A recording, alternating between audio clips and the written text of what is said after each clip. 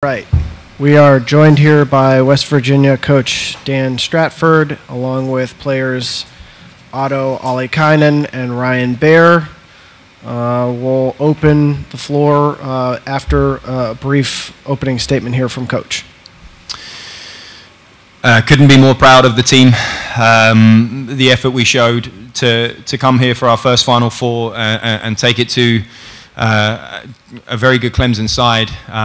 But for me, from a possession perspective, in terms of the dominance territorially, yeah, my biased opinion, my feeling right now is that we were the better team and deserve much, much more. So the one thing that we will be able to do is hold our heads really, really high and be very, very proud of the effort, the quality of performance on the first time that this group has been at this stage.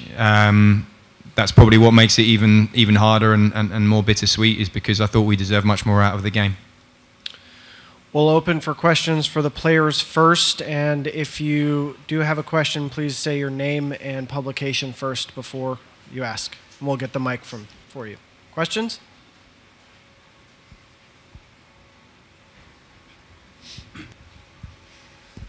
Andrew McDevitt, NCAA Digital. Otto, just to be a part of history, I know it hurts, but just can you touch on what it feels like to be a part of the first West Virginia team to make it here to a College Cup?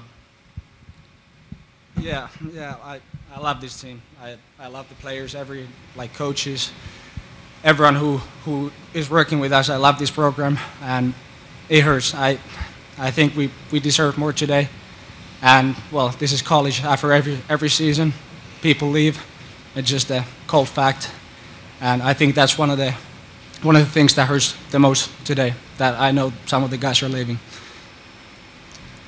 Manny Maradiaga for U92. For both of you, it wasn't really the goal, allowing the goal, but where it came right before the half ended. Did you think that made the most difference in the game? For any of you? Yeah, it's just allowing the goal. It wasn't really the problem. It seemed just allowing it right before the first half ended. Do you think that was the biggest issue and kind of threw everything off? I'll check this. I mean, it was a difference in the game after all. I think that we maybe could have kept it a couple times, but I mean, that's not really what did it. I mean, we had some great chances. I feel like we should have won the game. Luke Blaine, Daily Athenaeum. Ryan, this is your fourth year here. Your freshman year was Coach Stratford's first year as head coach. What have you seen him? What about him as a coach helps put this team together and helps build them into a team that makes it to the Final Four for the College Cup? I mean, he does everything. I mean, he puts a belief in us as players. You know, he makes our roles very clear as players, and from a management perspective, he's great. I mean, I feel so blessed that I've had 4 years with you. I can't tell you what you've done for me in these 4 years. And yeah, I mean, he's unbelievable. That's all I gotta say. Ryan Decker, Golden Blue Nation. For both of you guys, the fan support who came down here, and also the emotions there after the game. What does that mean to you guys in this last game of the year? It means a lot. Like, we have one of the best fans in the nation, and that we got like hundreds of fans all the way here in Louisville. It's massive, and it just tells us about the soccer culture that is building in our school, and we want to continue this legacy and just make it bigger and bigger after every year.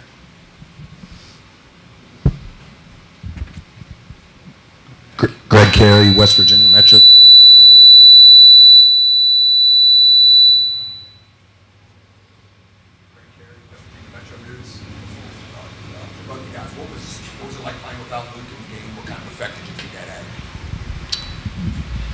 I mean, obviously Luke is a big-time player for us, but I feel like the guys that came in really stepped up.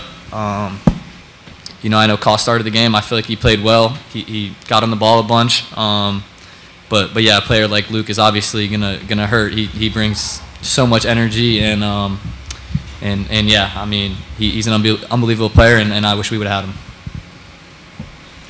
Kevin Kender, Blue and Gold News. Guys, you possessed the ball, like you mentioned, so much in the second half, had what looked like a lot of good scoring chances. Does frustration build a little bit as those either get turned away or just so close to going in but don't? And if not, how were you able to maintain that all the way through the second half? I feel like we dealt with it pretty well, honestly. I mean, we had chances all the way up to the end of the game. Obviously, it's frustrating, but this is a Final Four. We're not going to let our heads fall down when we miss a chance. We're just going to try to get the next one. And unfortunately, it didn't come today, but on a different day, I think we could stick 3 or 4 past them. Any other questions for the players? All right, thank you guys. Congratulations on a great season. You guys can step down and we'll let Coach take some questions here.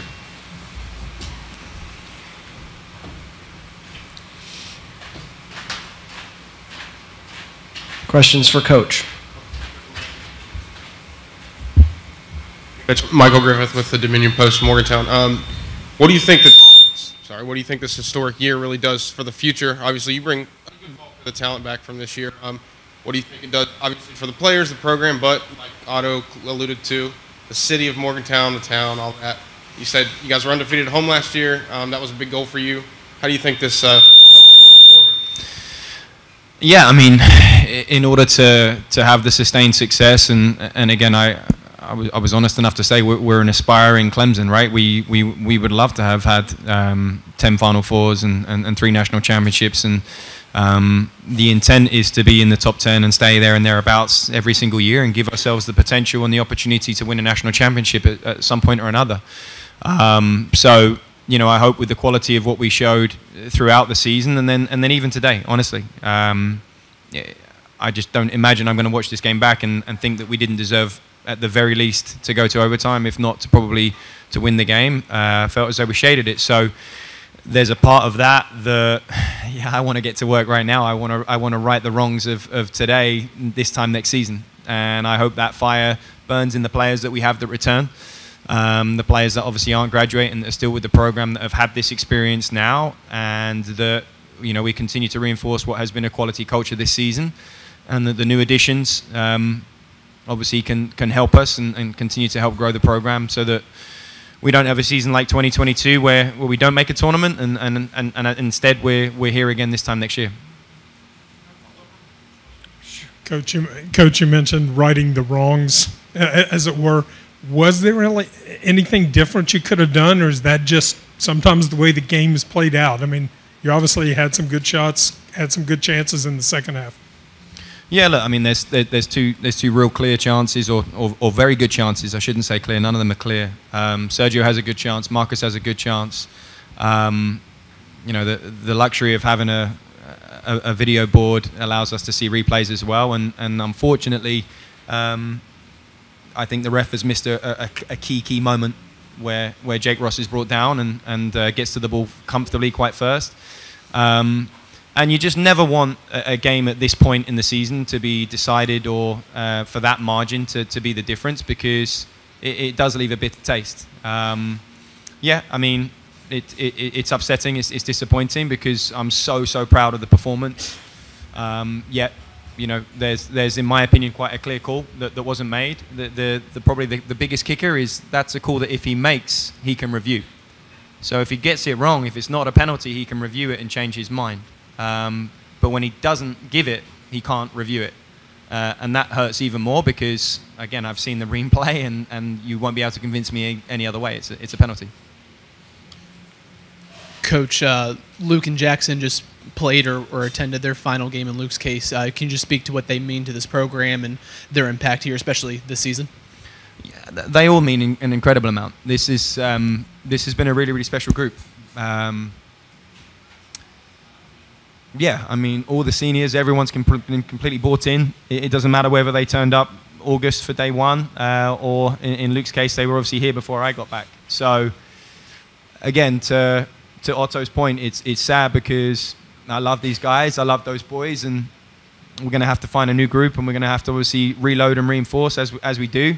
But it's obviously really sad to know that it's the end of their time with the program, end of their journey with West Virginia, because they've served us so incredibly well.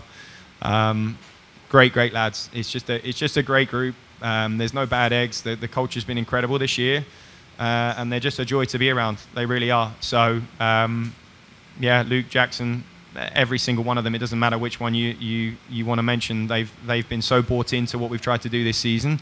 And again, they showed that today. They showed that today. We've just given Clemson an incredible run for their money, and as I said, probably deserve more out of the game.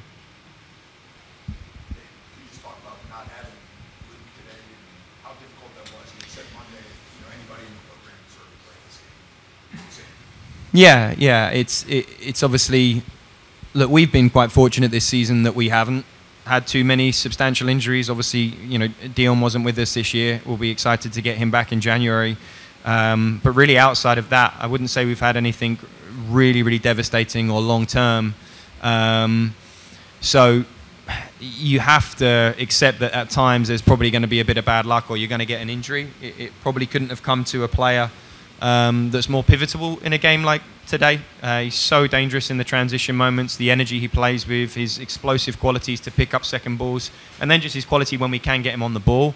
I thought Cos did exceptionally well. I thought Crooksey did well. But we obviously know what Luke's qualities are in the half spaces, and that was space that was available today against Clemson that we didn't necessarily expect. So, look, we'll never know. I hope he can hang his head incredibly high and be really, really proud of his time with the program and the mark that he's left. Coach, Clemson's goal scorer hadn't scored in over 2 months. He also had a tall task on the other end of the pitch trying to keep up with Yaturo. Can you just speak to what he did for them out there? Yeah, look, I mean, we recruited him before he went to Clemson, so I was aware of his qualities and a number of their players. So, he's incredibly athletic. He gets up and down really, really well. They tried to overload that side a little bit, and it wasn't necessarily an incredible moment until the finish. It was a ball that came out on the diagonal. It had some spin on it that sat up for him. Looked like it was a quick 1-2, and maybe Carlos can just get a little bit closer. But if you're going to smash it in the top corner on the volley, there's only so much we can do. So games like this can sometimes be decided by a magic moment, and obviously he had one. And then I thought, particularly second half, he did a pretty good job of handling Yataro. He still had his successes as well, but that's no mean feat. So credit to his performance. And look, there's by no means am I critical of Clemson here at all. I think we've played an outstanding team that are absolutely worthy to be in the Final Four. I'm just so proud of the fact that I think we were the better team, and I think we gave such a good account of ourselves. Last one here. Coach, Dante only played 3 minutes. He's been really key for you, especially the second half of the season. Is that a tactical thing? Did he have a knock or anything? What was that? No, I think the manner in which the last games have transpired, he hasn't been able to sustain the quality of performances that we would have hoped, and obviously, we've got other quality players that can play the position as well. We obviously started Thomas today. He's been building back in. This is Thomas's last season. We got to utilize his qualities and his attributes throughout the season, and certainly through the middle of the season, where he was really, really playing well. And we just felt with the 3-4-3 that we would be playing against, if the wing-back was going to rush on, that there was no one better in our entire squad than probably Thomas in terms of being able to step in and break that pressure on the dribble.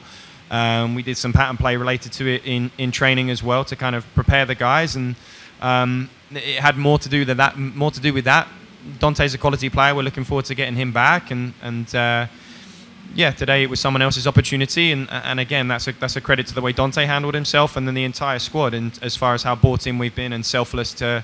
If it's not your opportunity, it's someone else's, you're going to support them, and we've done that incredibly well this year. All right, thank you, Coach. Congratulations on a great season.